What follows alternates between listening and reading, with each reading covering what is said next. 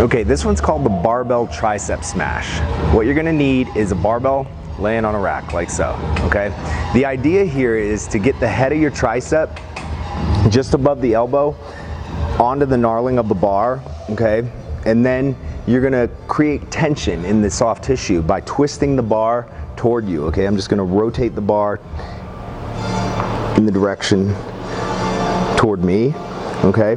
So I'm gonna go ahead and rotate that bar and take up the slack that way.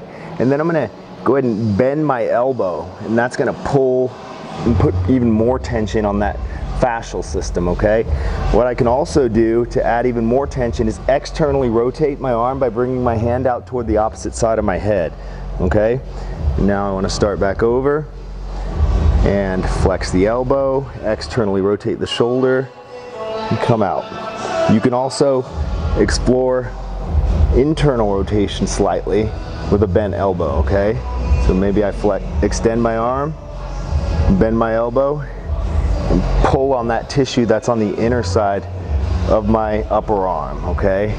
That distal tricep head, okay? So you wanna spend a couple of minutes using that technique, just tacking and flossing, okay?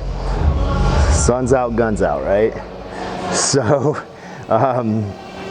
another technique you can use is just creating a pressure wave, okay? By that I mean I'm gonna tack down that tissue, again, wind up the fascia, and now I'm just gonna drop my center of mass and put a lot of weight down into that distal head of the tricep, okay? And now I'm just gonna pressure wave across that tissue.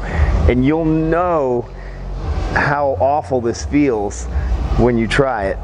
And that's gonna give you an indication of how stiff and trashed your triceps are, okay? It's very important to keep your triceps mobile because they're almost like the quads. They are the quads of your upper body, okay? When your quads get stiff, you end up squatting with your knees buckling in, okay? Same thing goes for when your triceps get stiff. When you try and push overhead, you tend to flare out because of that shortened tissue. So it's kind of it's a torque dump, okay? It's a way for you to get around a mobility deficit, but the problem is it puts you in a compromised position in the shoulder, and then you trash your shoulder, okay? I want you to work on this in a long lever position and a short lever position, okay? This pressure wave. So you're gonna, the short lever is with the elbow bent, because as you can see, it shortens the lever arm, right?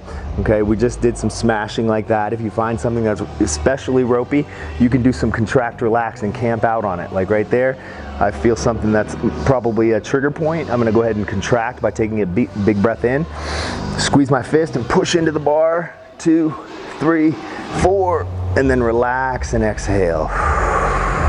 And as I exhale, I'm pushing into that trigger point a little bit harder every time, okay?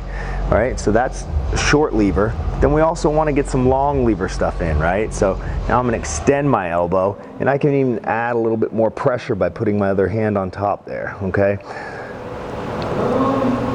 So this would be more if I'm mobilizing to do something in a front rack position, right? If I were using that short lever position, or bench press, if I were using that long lever position like this. But if we were doing something all the way overhead, you'd want to mobilize in that position as well. So what you can do is you can take that barbell or get a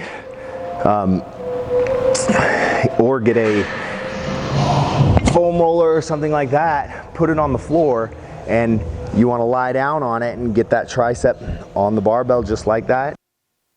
And you can do the same thing, okay? It's going to work the same way, but you're just mobilizing in the position specific to what you're going to do that day, okay? I recommend spending about 2 minutes on long lever, 2 minutes on short lever, or as prescribed.